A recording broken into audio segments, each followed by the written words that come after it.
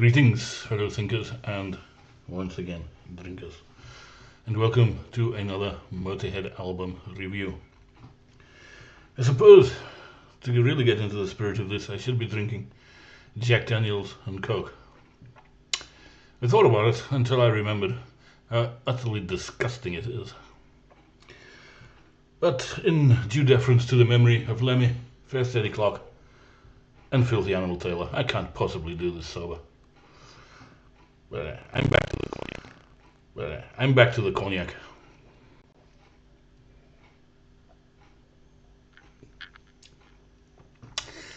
Okay, last time we had a look at Overkill. Great record. And with all great records, there is pressure to follow it up. Some bands have done this successfully, some have not. How did Motörhead then fare? Well, the first thing I will say is this doesn't sound good from a production point of view. This is Motörhead. A Bon Jovi or whoever you can think of type of production is not what is required here, by no stretch of the imagination. And also, Motörhead were never a band to decamp to the Bahamas for 6 months and write and record their album. They couldn't afford it. This has a feeling of haste, both in terms of songs and production. Kicks off rather well. Dead men tell no tales, or dead men smell toenails, as Lemmy would introduce it years later on stage. I actually prefer that title, but never mind. But no, seriously, this is a great song. It's a perfect start to the album. If you've just moved from Overkill to here, then yes, nothing to worry about so far. It's a band classic. Follows up with Lawmen, which tries to do what a good second song should do. Slightly drop the pace a little bit. An album should be well sequenced, peaks, troughs. You can't have your foot to the floor all the way through. I know some bands try, but it doesn't appeal to me. There's got to be some nuance, some mood shifts in a record, in an album, I think. But anyway, getting off track. It's slower paced, powerful, but a very effective track. I like it. Strong stuff. Sweet Revenge is unfortunately very similar in pace and construction. Perhaps if this had appeared somewhere else on the album, it may have sounded better, but coming after Lawman, and it is not as good as Lawman, and suffers by the comparison. It is a bit weak. A bit of a plodder, if I'm being utterly honest. Okay, Sharpshooter picks up the pace again, but really this is not the strongest effort. You're starting perhaps to get the feeling that they weren't perhaps paying enough attention to this, or perhaps they just didn't have time. I don't know.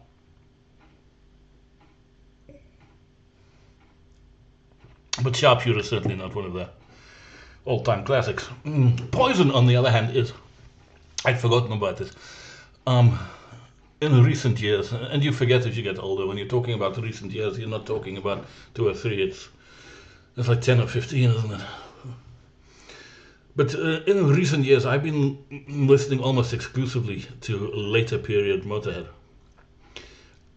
And as a result, I've really enjoyed going back to the beginning for these series of videos. I'm enjoying it so far. I haven't finished yet. But this is a great song. I'd forgotten about it. Absolutely love it. After Dead Men Tell No Tales, it's the best thing so far on the album. Unfortunately, Stone Dead Forever. We're back to the. Again, it's not a bad song. It's got a really good hook to it, which is something I don't think maybe they got enough credit for. Lemmy knew how to write it all through their career. He knew how to write a good hook in a song. Even if the song's not that great, it's catchy. All the Aces, on the other hand, isn't. It's up-tempo stuff. Chorus is weak. Yeah, again, it's one of those. Really, guys? Try harder. Step Down is something of an anomaly. And it is, I believe, the only time Fast Eddie Clarke, I won't say sung, I would say handled vocal duties. This is about as diplomatic as I can get. Yeah, it's a slow bluesy type of thing. Yeah, again, it's not the strongest effort, although Eddie does some tasty guitar all the way through it. In fact, he plays more guitar than he sings, which I think has to be regarded as a good thing. Talking Head, yeah, again, there's nothing here you can point to and say, yeah, this is bad. But this is, again, rather ordinary.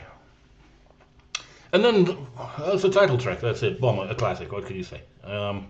Yeah, they never dropped it from the live set, it's a great song. Now this is, and thus ended the original LP. This forms one of the unholy trinity of classic albums attributed to the classic lineup of the band. Overkill, this, and Ace of Spades, which will be up next. In my opinion, this rests on 3 good songs, great songs. Dead Men Tell No Tales, Poison, and Bomba. The rest is decent to mediocre. When I'm talking about comparing it to the entirety of the band's catalogue, that is. Now this version I have must have been some anniversary edition or some remastered edition or some excuse to get more money out of us.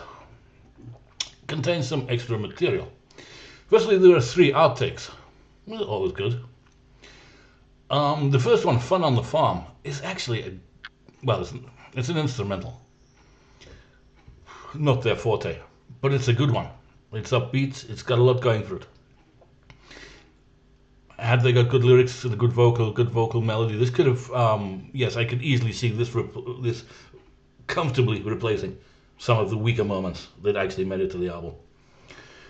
Can't say the same for Treat Me Nice. It's another slow blues, ploddy, very ordinary sounding song. Very do.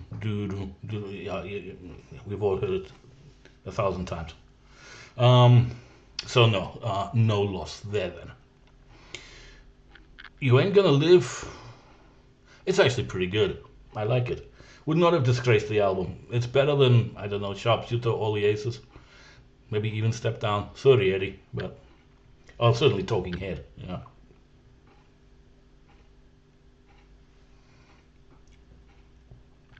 Who knows who makes these decisions? But yeah. The rest, there's some additional material. There are alternative takes. Oh, my favorite topic. Of Stone Dead Forever. I think it's slightly faster than the take that made the album, which gives it more bite. I have a sneaking suspicion that there's been some work done. There's 4 alternate takes here. They sound different. They sound a bit better. I wouldn't say they've been remixed, but they've maybe been remastered differently, or maybe it's just the fact that they were recorded differently. Maybe recorded elsewhere, I don't know, but there is some difference. And I say in the case of Stone Dead Forever, it is a bit faster. The same also for Sharpshooter. That comes across slightly faster and sounds better for it. It's still not going to set the world on fire, but it sounds a bit better for it. Well, there is apparently, they say, that it is an alternative version of Step Down, but for the life of me, I can't tell the difference. And, okay, Bomber again, an alternative take, not too sure. Not too sure there's any difference. Sounds a bit, acoustically perhaps there's a difference. It sounds a bit fuller, a bit fatter, bit of a warmer sound to the production, where it's, as I said earlier, the production on this album is not the best. It's a little brittle in places.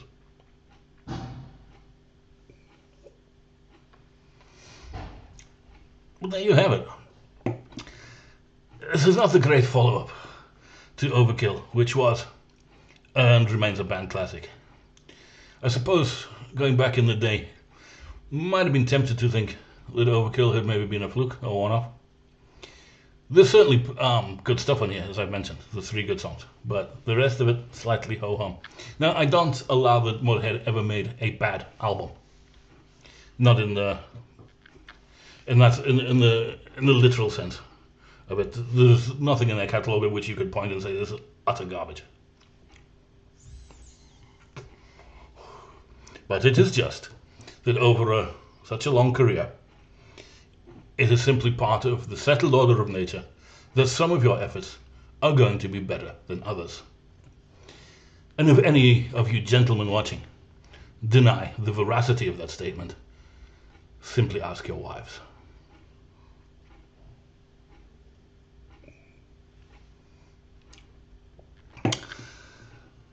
Now, there's quite a lot on this disc. Or was it on 2 discs? I don't remember, since it's all now on my computer. But there's a full concert. I think it's a full concert taken from Le Mans in France, November 1979, on obviously the Bomber tour.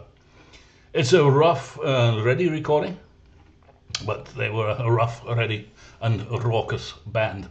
Especially in the early days, they would refine their abilities, their performances, and that over the years. But they were always a no frills live band, and this is very much a no frills recording. Most of the songs, this being Motörhead, they don't change their material. They play the songs as they recorded them, just faster. Sometimes a little too fast. Yeah, it's over the duration. The duration of their career. This is obviously an early date. They've been playing together for a few years now, but still, the longer they went on, obviously the better they got. But no, this is really good. It's nice to have a representative live concert from every tour, no matter what the band. So this is nice. Particularly amusing moment when introducing Poison, Lemmy informs his French audience that the title of this song is very much like the local beer. And he says this without the slightest hint of irony. Given his nationality, that is, I do remember from my time in the United Kingdom that they also have more than their fair share of undrinkable swill. More often than not, served at room temperature. But never mind. We'll let that one go.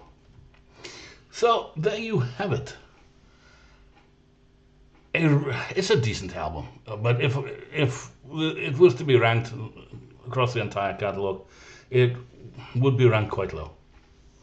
Again, I think its reputation is based on the title track, Dead Man's, I nearly said it, yeah, Dead Man's Smell Toenails. All right, fair enough. And Lawman. And I think there's a bit of nostalgia plays a role in that, because it's not that good. It really isn't. It's a pleasant listen, but there is much, much better to come. There'll be the occasional stumble as we work our way through, ultimately to Black Magic. There'll be the occasional stumble, but there is so much better stuff to come. All right, that's it, Bomber. Hope you enjoyed that. Go listen to it.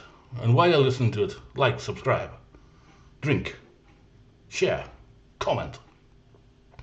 And we will be back soon. And it'll be, no prizes for guessing, the Ace of Spades. Until then, I thank you for your indulgence. I wish you well. And marche en guerre.